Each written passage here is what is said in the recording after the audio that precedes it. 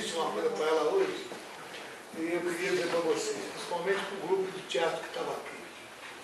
Eu acho que esse grupo de teatro que eu vi aqui ele tem muita chance de ser bom e de fazer coisas, e de realizar coisas. Acho que as pessoas são disciplinadas e têm talento, que é um bom começo para um grupo de teatro. Eu estava falando sobre, eu não sei qual é o interesse do grupo por Brecht, mas eu sinto que há um certo interesse. Então, eu vou dizer uma coisa escandalosa para muita gente e para outros não. O Brecht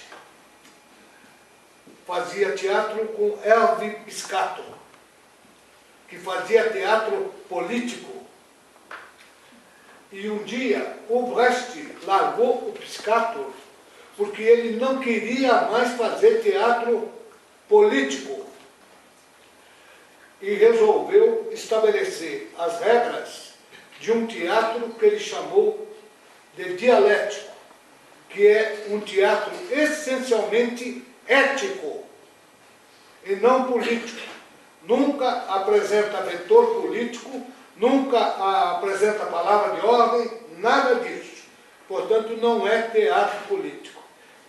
Eu estou dizendo isso porque vai ter até uma reunião na sexta-feira, lá no Folias, para se discutir teatro político e parece que o Brecht está na pauta.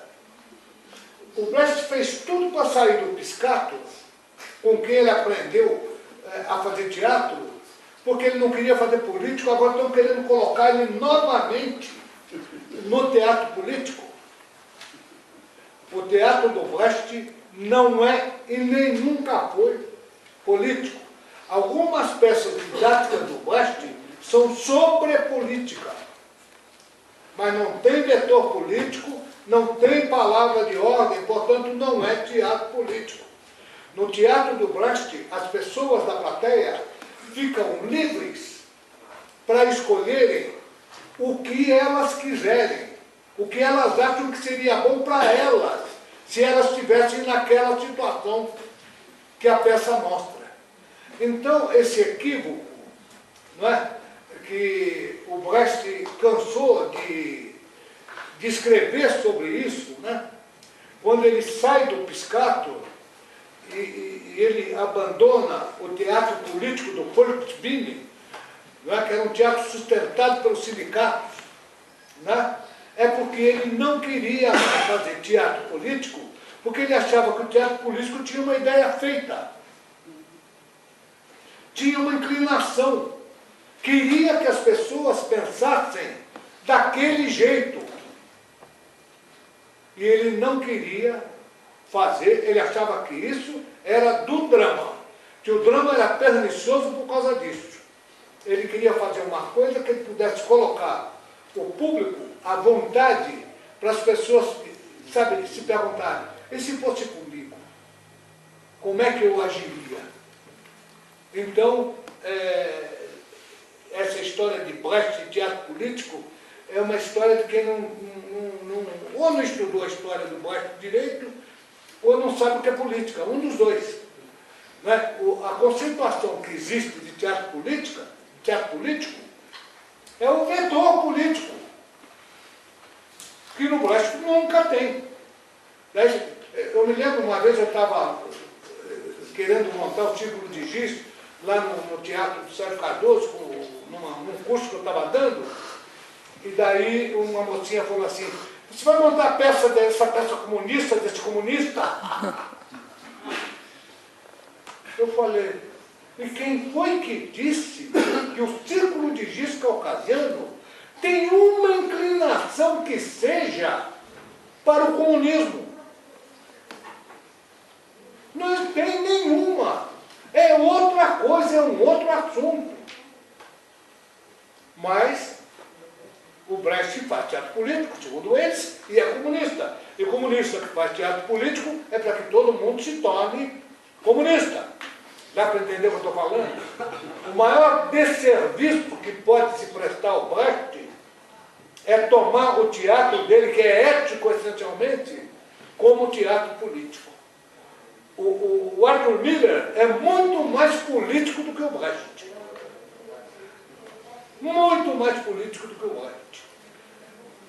Porque no Arthur Miller, em muitas peças, você tem um vetor político. Você tem a inclinação política. No Brecht você nunca tem. Nunca. Ele apresenta para você aquele fato e você fala, se fosse comigo, o que eu faria? Ele apresenta para você a mãe coragem. Né? Aquela pessoa que é louca pela guerra, porque a guerra lhe dá lucro, e de repente os filhos vão morrendo na guerra. De repente fala assim, e você? Para ganhar mais dinheiro, você gostaria da guerra? Ou não? Qual é a sua? E é isso que é o teatro do Brecht. É essa indagação que ele faz em todas as peças.